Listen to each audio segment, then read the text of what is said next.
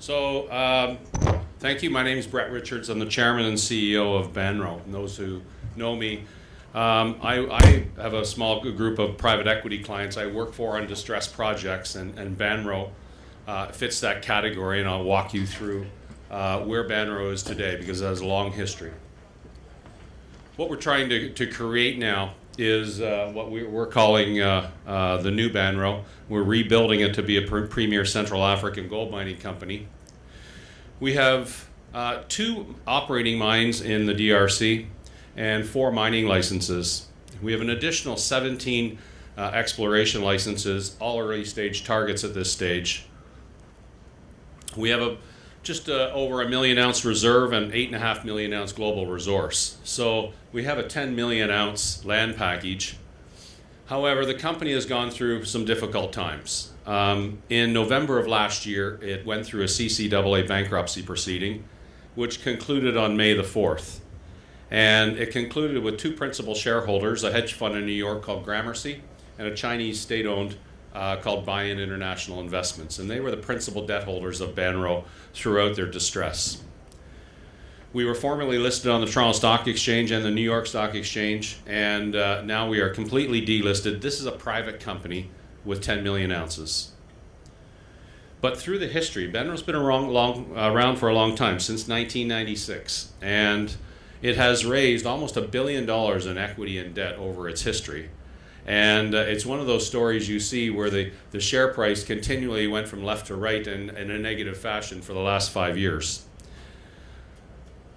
In 2011, and I appreciate the gold price peaked at 1918, but Banro had a market cap of $1.2 billion. We had 8 global analysts covering the stock, and it was the largest mining company from 2006 to 2014. But make no mistake, Banro has the largest land package of any operating gold mining company in Africa. We have 7,500 square kilometers under license and about 20% of that under mining license. However, we've only ever explored 38% of the total area, and we have 10 million ounces in a district that probably will deliver 50 in its history. We are in the eastern part of Congo. We have 1 operating mine in South Kivu called Twangiza and 1 operating mine in the Maniema province called Namoya. And here's where they are. And our land packages, our exploration licenses and PRs in green. But this is probably one of the preeminent districts of undiscovered gold in Africa. So, what happened last year? Why did it go bankrupt? How does a $1 billion company go bankrupt? Well, for a number of reasons, but it came to a head in 2017 when they were attacked by a rebel group. The Namoya mine was attacked by a rebel group, and it put the company down operating-wise for over 6 months. It was the death sword that took the company into bankruptcy. When it emerged, as I said, we have 2 principal shareholders. We have a small group of minorities. But how did they get there? Banro has been under-engineered. It's historically been undercapitalized. It has had a number of geopolitical, logistical, security issues, and a lack of consistent leadership. So, at the end of the day, there's always been a cause and effect for what happened. And, we are in the process now of sorting out the solutions in order to add value to Banro to look for what our strategic options are going to be going forward. I'm in the process of raising $75 million of rehabilitation capital. I've got 40% of that done, and I'm going to be either looking for a partner on high yield, or I'll be looking for a strategic partner to come in and add additional mining resources, executive resources. My job is to get my shareholders out with value in a short period of time. That's what I do. That's what my team does. We go into distressed assets, we put management teams together, and then we get value and align the strategy to the shareholders' takeout. So one of the possible options is high yield. The second possible could be an earn-in, and the third possible could be a complete transaction. We heard this morning about gold mining M&A and gold mining transactions being in its infancy, but we've seen 2 major transactions this year. We've seen one in the DRC, and if Barrick can operate in the DRC, and yes, I know that's Mark is now the CEO, and he's probably the preeminent African operator. if Barrick can be there, then possibly other companies can be there. So I'll be having discussions over the forthcoming months while we're going through the rehabilitation of Banro, while we're getting it back to a normal operating platform, to look at what our strategic options are going to be. And as you can imagine, the company being undercapitalized, it has sustaining capital issues. A lot of things need to be fixed. A lot of things need to be upgraded.